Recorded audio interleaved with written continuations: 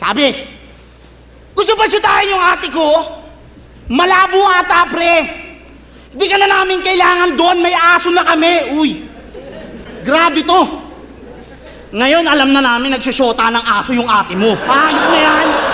Tangina mo, sarap ng buhay mo ah. Tanggap-tanggap lang ng pera. Nagpapakasasa ka habang yung bayaw mo andun sa gate, nakakadena. Tangina ka. Hindi kasi sila nun magkasundo. Kaya yung sitwasyon nila ganon. Kaya ka pala laging rumaraf-raf ha, nakikipag-asaran ka pala doon. Gago!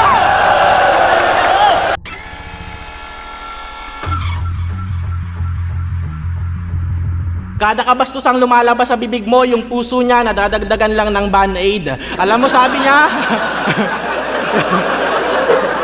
Alam mo sabi niya kay Mama Mary, nung di niya na kaya yung heartache, Masi Mirage, pek-pek na naman, kakasimba lang niya nung Sunday. Tignan nyo nga itsura niyan. Mukhang lumang tao ang putang ina. Hoy! Sasuke na long back! Tang-ina mo, lahat ng minamay day mo mukhang throwback! Old school attire! Ulul! Anong akala mo? Nice? Cool? Gago, mukha kang kaklase ni Enrile nung high school. Pag brownout sa barangay nila, pinapashare niya lang yung DP niya.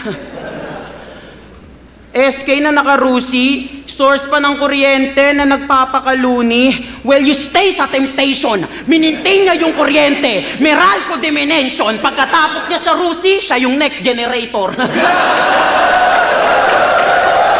Pero kahit ano pang plano meron ka, slack mo na to boy, malabo kang maging banta. Wala akong pakialam kung sino ka pang Poncio Pilatong diamante sa underground. Kayang-kaya kita isanla.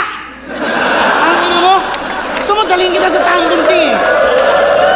Play niya yung ikaw ang gusto ko sa kupin, sa ikaw ang gusto ko sa coffin. Sa coffin. Eh di pre, pag nagdalawang isip kang kantahin sa karaoke yung kanta ni Rico Blanco, eh di sayang ang token.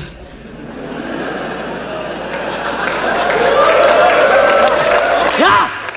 Tangina, iniwan ka na ng eroplano. Di ba kasi nahuli ko kayo ni Mr. Yuson sa laboratory ng Agham? Sinibak ka niya with Ipikasen para mas lalo mong ramdam. Pagbukas ko ng pintuan, puta, bigla kayong naghang.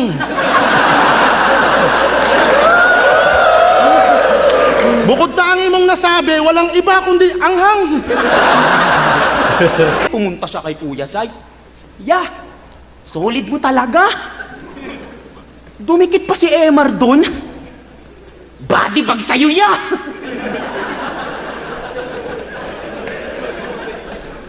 Daming ebas, Chong! Pero nung nakainom, nagmaoy sa live, sabay sabing, Emar yun. Pag walang battle, walang hassle. Halatang batugan. Mukhang maghapon lang nakahiga to, tas pag uwi ng misis galing sa trabaho, siya pa magtatanong ng, ba't wala pang ulam? Kaya yung ka-live-in partner niyan, pinalaya sa before. Yoko na sanang damay pa kasi may anak silang minor. Pero shout out sa ka-live-in partner ni Slakwa na ang pangalan ay Gregor. Ala Jenga, di tayo titigil hanggat di ka nataob sa kinatatayuan mo. Kung animalan, malatasan at itong kagubatan ko. Ako nagpapainit ng tubig sa dagat Pasipiko bago bumagyo. Ako nagturo sa mga gorilya kung paano gumanto. Bilang bago, gusto ko magpakilalang seryosong nagbabars, walang lait at insulto. Mukha kang atay na nagpapanggap na karne sa menudo. Di na kaya ng lightning yan. Kahit yung ilaw, maurong at ma-enhance. Sabi nila, malas daw pag may nakitang itim na pusa, tama? Kamusta na yung mga nakasalubong mo sa entrance? Kung mag-i-English ka, wag sa akin. Kasi yan ang pinakamalaking magiging mali mo. Kasi yan ang pinakamalaking magiging mali mo. Tandaan ng Ingles, kahit kailan hindi naging basihan ng talino, taga Rizal ka pa man din. Yung kasabihan ni Rizal, paano mo nalimutan? Na yung hindi magmahal sa sariling wika ay hindi makakarating sa paroroonan.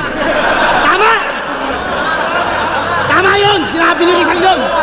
Kung ako'y magre-retiro, well, Totoo naman. Kasi feeling ko, di na ako ganun ka-epektibo. Pakiramdam ko ang babadoy ng mga wordplay na nilalapag ko dito. Hanggang sa narinig ko na lang na winordplay mo yung pendeho sa pendiho. Tangina mo! Wordplay unico! Tangina! Alis! Binigyan ng PPT pero nung nag-present, walang PowerPoint. Tangina nito, ginalingan niya naman daw. Ulol, nagkalat ka lang, dapat sa gilid manahimik, sir. Oo, nag-spread ng sheet kung kunwaring nag-e-Excel. PowerPoint, Excel, Microsoft Word, play! Ba't daw square yung ulo mo? Di ba grabe, Orat? Malamang lahat ng isusuot niyo dyan na helmet, pare sukat. Pare sukat! Umamin ka kasi, pinaglihi ka ba sa tasty? Eh paano hulma ka sa mukha? Malamang nung past life mo, isa kang unan sa sopa. Representing PSP, pangit sa bulo! Kaya kung sakaling dadamay mahal sa buhay, sige pare gawin yan. Alam kong sabik na sabik ka naman damay, sige atin pakinggan. Patunayan mong tagal mo nang nagtiis bumatel dun sa liga ni Shernan. Magpakilala ka na, introduce yourself! Nung JS, ikaw lang yung may oiling pes.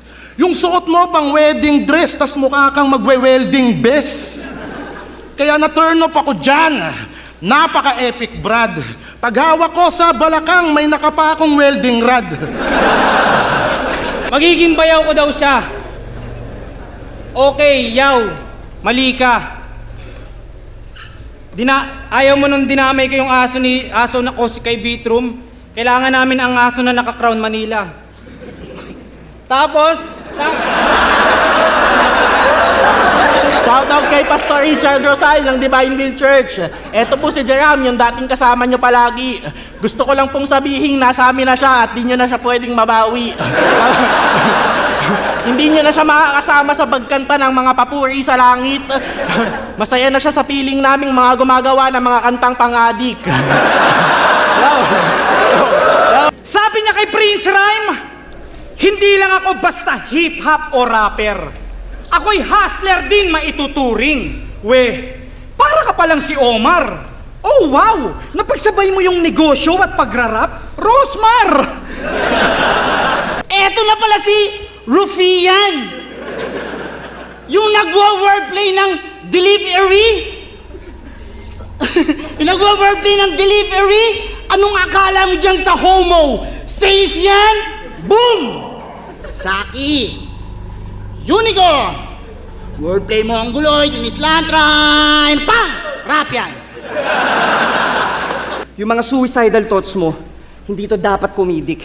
Yan yung mga bagay na hindi dapat nilalagay sa writtens bilang tripping at gimmick. Sa susunod na umaaligid yung madidilim mo na feelings, i-reach mo tong digits. 0917-0821-33555. Yun ang hotline ng Greenwich. Pakamatay ka na lang! Kurakot ka tanga. Daming utang sa tropa kasi sa pera masiba. Pag sisingiling ka na daw, yung profile picture mo, pinapalitan mo ng kandila. Mautak no? Ano ililinya mo sa akin? Nagaling sa liga namin yung unang panalo ni Bagsik? Linya mo masyadong obvious. Baka nakakalimot kang yung todo react sa break broken, nakadamit ng Motus. Di ba? Gumaganto-ganto ba? Kala mo hindi ko makukuha yung family picture nyo, ha? Kala nyo hindi ko makukuha yung family picture nyo, ha? Pero joke lang yon. Wala na akong pamilya na ngayon. Alam nyo yung mga kontrabida na kaya sila naging ganon, malungkot na kwento ang nagsilbi na tulay. Si Magneto, pinatay yung nanay, kaya napuno ng galit, gigil at lumbay. Si Killmonger din, kaya poot sa puso, nanatili na buhay. Ang kaibigan naman natin ay pinatikim ng kanyang amo ng maduming titi sa Dubai. Pati pagmamahidi ng mga MC ng clip ng battle. Baka daw gusto pa namin ng trophy. Meron na namang masama na reaksyon. Di ba pwedeng masaya lang, papalabasin mo agad na naghahangad ng medalyon? Natapaan pa pagkatao mo, ginawang ka ba ng masama? Aba, teka lang naman, tol. Bawal na kami mag-enjoy sa buhay dahil lang binembang ka ni Abdul. Pero, Hindi totoo? Hindi! Hindi! Bakit? Tanong ko, ano ba nagawa mo para kay M-Site? Sagot! Wala! Ako, bukod sa hindi nagkukupal, sinusuportahan ko mga like niyan sa Facebook habang nagpo-promote siya ng sugal. Parehas kaming singkit, pero magkaiba rin yun. Ako pang Asian Idol, ikaw Ching Chong. Ako singkit, Chinito, talagang down mga chicks tol. Ikaw singkit, Chinito, talagang down yung syndrome. Kaya kapansanan mo, puta, soplak sa round. Mongoloid at depressed, puta, sobra mong down. Sa resort niya ginanap para yung TF ng mga MC, overnight swimming. Kupal, pinag-iisipan ba kung mag-big stage o mag-beat style? Maya-maya, doon na sila sa pool. Nagpapaunahan mag-freestyle. Freestyle? Sabi ng isa, angas ng flow mo. Ang dami mong pinupulot. Basurero ang puta. Kaya pala yung amoy mo ang angas. Ano ba sabon mo? Likas payatas? Pero alam nyo ba kung ano yung pinakatumatak niya na linya?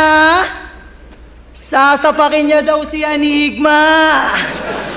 Sobrang angas, may tira. Sa sobrang angas, 10 taon, di binabattle sa liga. At yung jacket mong inoffer mo ng 50K kay Boss Toyo, rejected. Buti na dismiss. Sa isip ni Toyo, sino tong putang inang tong binibentahan ako ng hoodie? Who the fuck is this? At gusto kang gawing Vice President ni M-Site sa Motus? Totoo to, makinig ka. Kasi kung sa liga siya yung ulo, ikaw naman yung tuhod ka. Ikaw naman yung tuhod ka. At alam mo ba, bad trip sa'yo to, boss? Oo, kikwento ko at di na ako nagulat. Sabi niya, oh, alam niya na nga giraffe ako, tangina, di pa ako niline up sa gubat. Nice! Bakla! Parang gago ka naman. Panay disagree sa president, feeling vice. Ganda! Sang-ayon naman dyan.